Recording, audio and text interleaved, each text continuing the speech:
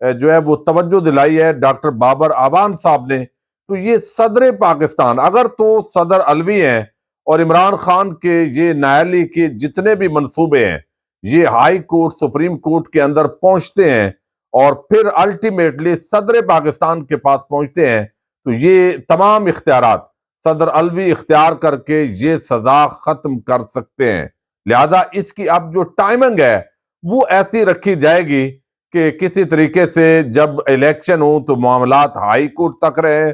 یا زیادہ سے زیادہ سپریم کورٹ تک رہیں، صدر تک نہ جا سکیں، اور اس ماحول کے اندر جو ہے وہ الیکشنز کی طرف بڑھا جائے، تو یہ پوری کوشش ہوگی۔ لیکن آئین کے تحت صدر الوی صاحب جو ہے وہ عمران خان کی نااہلی کی سزا وہ ختم کر سکتے ہیں۔ یہ ایک بڑی جو ہے وہ اس حوالے سے کچھ کنڈیشنز بھی ہیں، ان پر بھی ہم کسی ویڈیو کے اندر ذکر کریں گے۔ اب اس وقت حالات یہ ہیں کہ وہ عمران خان جو ہے وہ حاوی ہو گیا، چونکہ عوام اس کے ساتھ کھڑی ہے، 2 اسمبلیاں وہ تحلیل کرنے جا رہا ہے، قومی اسمبلی کے اسپیکر کو آج خط لکھ دیا گیا ہے کہ جناب آپ بڑے دعوے کرتے تھے تو ہم سارے آپ کے پاس استعفے دینے کے لیے حاضر ہونا چاہتے ہیں، ایک ایک کو ویریفائی کر لیں، ایک ہی دن ہم کھڑے ہوں گے تاکہ یہ جو تماشا ہے یہ آپ ختم کریں۔ تو بہت سارے لوگ جو تانے دیتے تھے کم از کم آج ان کو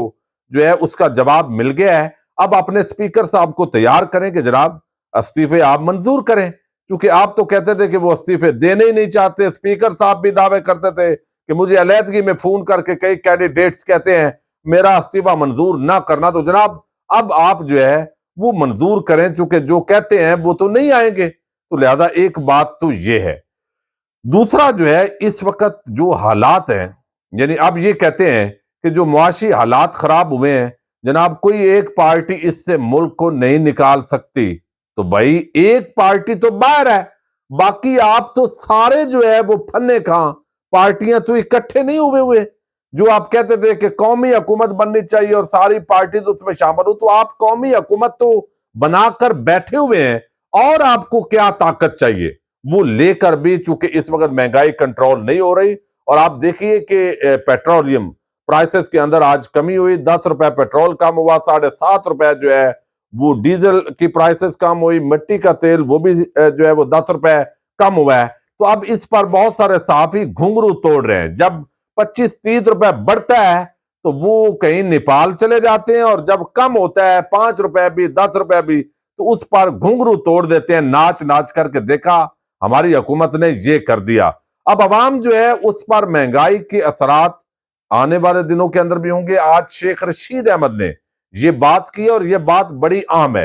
اور انہوں نے بات یہ کی ہے کہ 2 منصوبے ہیں اس وقت، ایک تو یہ ہے کہ عمران خان کو نااہل قرار دلوانا ہے، اور دوسرا منصوبہ یہ ہے کہ ٹیکنوکریٹ حکومت لائی جائے، 1 یا 2 سال کے لیے یہ حکومت ہو تاکہ اپنی جان چھوٹے، اور اپنی تمام چونکہ کیسز ہم نے معاف کروانے تھے وہ معاف کروا لیے ہیں، تو اب جو ہے وہ اس معاملے پر تمام جو ملبہ ہے وہ ڈال دیا جائے ٹیکنوکریٹ حکومت پر، یعنی 1-2 مہینے جو ہے وہ آپ ریلیف دیں، 20 روپے پیٹرول کم کر دیں، کچھ اور چیزیں سستی کر کے، تو آپ سیدھا چلے جائیں ٹیکنوکریٹ حکومت کی طرف، اسمبلیاں ڈیزالو کر کے، تو لمبے عرصے کے لیے چونکہ معاشی ایمرجنسی ہے، بین الاقوامی حالات ایسے ہیں، افغان بارڈر کے ساتھ بھی ٹسل شروع ہو گئی ہے، ٹی ٹی پی بھی ایکٹیو ہو گئی ہے، تو ان حالات کو مد نظر رکھتے ہوئے دیوالیہ پن بھی جو ہے وہ قریب ہے، تو یہ ساری چیزیں جو ہے ان کو گراؤنڈ بنا کر جو ہے وہ ایک ٹیکنوکریٹ حکومت ہو، وہ قومی حکومت ہو، تمام پارٹی سے لوگ لیے جائیں، وہ تو آپ نے پہلے بھی لیے ہوئے ہیں، تو وہ یہ کام کرے تاکہ کہا جائے کہ جناب ہم نے تو ریلیف دینا شروع کر دیا تھا، تو چونکہ عمران خان مان نہیں رہتے تو اب یہ حکومت آئی ہے ٹیکنوکریٹ، یہی نالائق ہیں، یہی ایسے ہیں، تو وہ تمام جو نالائقیوں ناکامیوں کا ملبہ ہے وہ بھیجنا ہے جناب کدھر، وہ اس ٹیکنوکریٹ حکومت پر۔ پھر ابھی الیکشن کے اندر کیوں ڈیلنگ ٹیکٹس یوز ہو رہے ہیں، اس کی ایک بڑی وجہ یہ ہے جو فواد چودھری نے بیان کی ہے، وہ یہ ہے کہ تاکہ ابھی ان کے کرپشن کیسز معاف ہوئے ہیں، اور ادارے جو ہے اگر ایک فریق ہے ایف آئی اے وہ حکومت کے انڈر ہے وہ اپیل ہی نہیں کر رہا، نیب جو ہے سزائیں معاف ہوئی ہیں وہ اپیل ہی نہیں کر رہا کیونکہ اپنا بندہ آ گیا ہے، تو تحریک انصاف ایک تو سپریم کورٹ آف پاکستان کے اندر جو ہے وہ اس کو پر اپیلیں کرنے جا رہی ہے، چونکہ ادارے اپیلیں نہیں کر رہے تو یہ کیسز کرپشن کے خلاف میرٹ جن کو کیا گیا ہے، اور دوسرا یہ ہے کہ یہ چاہتے ہیں کہ اپیلوں کا ٹائم جو ہے وہ بھی گزرے ہمارے حکومت میں ہوتے ہوئے، تاکہ امید ہی باقی نہ رہے کہ ہمارے کیسز دوبارہ کھل سکتے ہیں۔ جیسے جو ہے وہ آپ نے دیکھا کہ ایک اعتراف جرم تھا اسحاق ڈار کا منی لانڈرنگ جو شہباز شریف وغیرہ نے کی تھی، حدیبیہ پیپر مل کیس جو ہے، لیکن وہ ٹائم بار ہوا تو ہمارے قاضی فائد صاحب میرٹ کے بادشاہ انہوں نے کہا جی اب یہ ٹائم چونکہ تاخیر ہو گئی ہے لہذا سننا نہیں ہے۔ اگر ملک کا پیسہ چوری ہوا ہے تو بھائی کسی نے تو کیا ہے،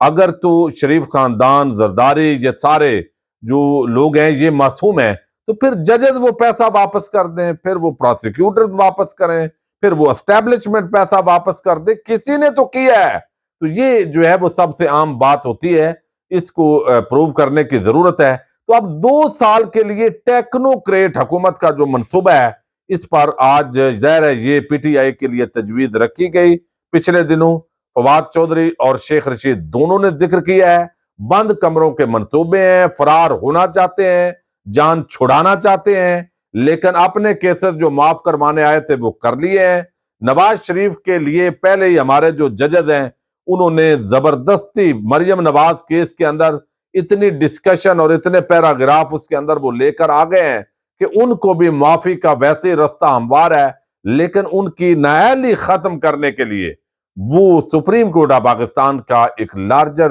بینچ بلکہ فل کورٹ بینچ کی ضرورت ہوگی، کیونکہ نظر ثانی اپیل بھی خارج ہوئی تھی، لیکن نئی گراؤنڈز جب بن جاتی ہیں تو پھر ان گراؤنڈز پر دوبارہ سپریم کورٹ سے رجوع ہو سکتا ہے، آئینی ترمیم بھی نہیں کی جا سکتی۔ تو ابھی فی الحال جو ہے وہ معاملات ڈاما ڈول ہے، لیکن اگر اسٹیبلشمنٹ مداخلت نہیں کرتی، یعنی ایک ہوتی ہے ناجائز مداخلت، ایک ہوتا ہے رائے دینا، یعنی کہ حالات جو ہے چونکہ ملک جب خدا نہ خواستہ جب کشتی ڈوبے گی تو اس میں سارے ہی ڈوبیں گے، یہ نہیں ہوگا کہ یہ ادارہ بچ جائے گا اور دوسرا نہیں بچے گا۔ تو فری اینڈ فیئر الیکشن کی طرف اگر ملک نہیں بڑھتا تو ایسے لگتا ہے کہ عمران خان چین سے نہیں بیٹھے گا، عوام بھی نہیں بیٹھے گی، اور اس حکومت کے پاس کوئی حل بھی نہیں ہے، کیونکہ یہ الیکشن کی طرف جا نہیں رہے کہ عوام ووٹ نہیں دے گی، حکومت میں رہ نہیں سکتے کہ مزید جو بربادی اور دیوالیہ کرنے کا ملبہ ہے وہ آلریڈی چونکہ یہ اتنی بربادی کر چکے ہیں کہ یہ ان کے کندھوں پر گرنا ہے۔ تو یہ اس وقت صورتحال ہے۔ اجازت دیجیے گا، اللہ حافظ۔